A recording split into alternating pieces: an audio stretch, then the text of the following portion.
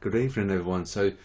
Me and Debs had a really long conversation. It was a text chat that we had in the direct message in Discord, and we were talking about version 1 that we were using on the bubbles. Now, version 1 was really, really good, the logic, but I was quite naive in so much as that we'd have a signal, we'd wait for the deviation, the widen of the bubbles, and then we'd enter.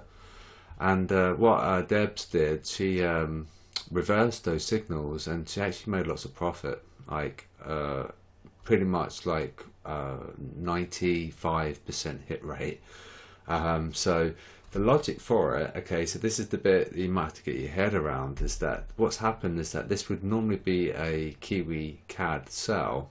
Now, the thing is, when we align on this axis, the deviation across, that's the sell, right?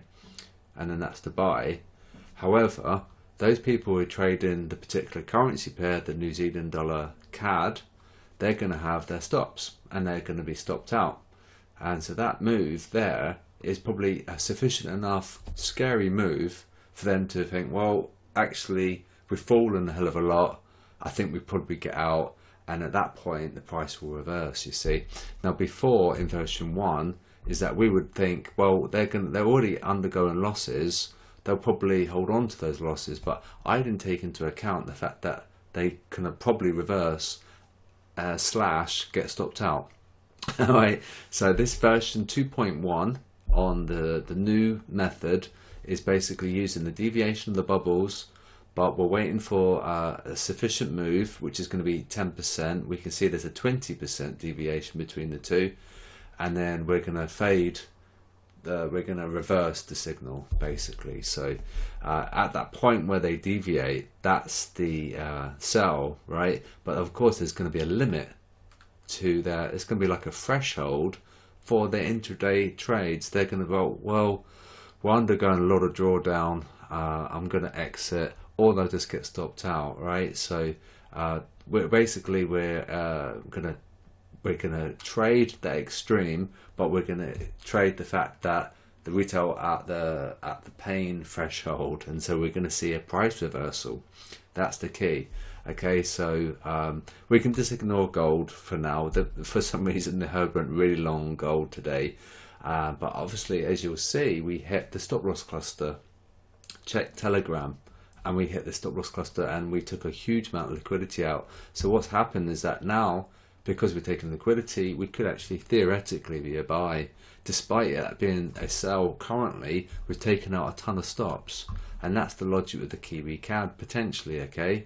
So that's the key. So the thing to note is that we are using the bubble deviation logic, but then we're waiting for 10% distance between the two, and then we're going to trade that particular signal for a reversal. So what it'll do, it'll preempt the extremes and then it will reverse that particular signal. So we would then be looking for buy Kiwi CAD, right? So this is the thing that you've got to get your head around, is that would normally be conventionally a sell, but they hit their threshold and that's hit their limit.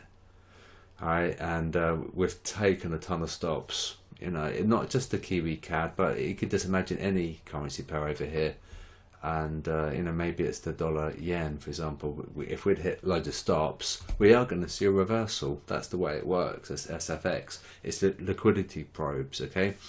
And so that's the thing that we're going to be doing now. We'll put it in. We'll put the code in now, and we'll be ready to go live tomorrow. We do have CPI tomorrow, so obviously we have to bear that in mind.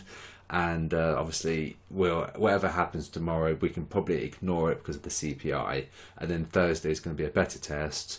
Although we've got the ECB and the PPI, so Thursday, Friday is going to be a better test, right? So that's just the logic there, is that the deviation from this axis is the sell, but there's going to be a point where they're going to give up, right? And that's like the intraday section. That's the extreme. That's the extreme for the intraday. And then we're trading that reversal. So I won't go too much into it, but basically what we're doing, we're now waiting for 10%, like I say, so you know about that.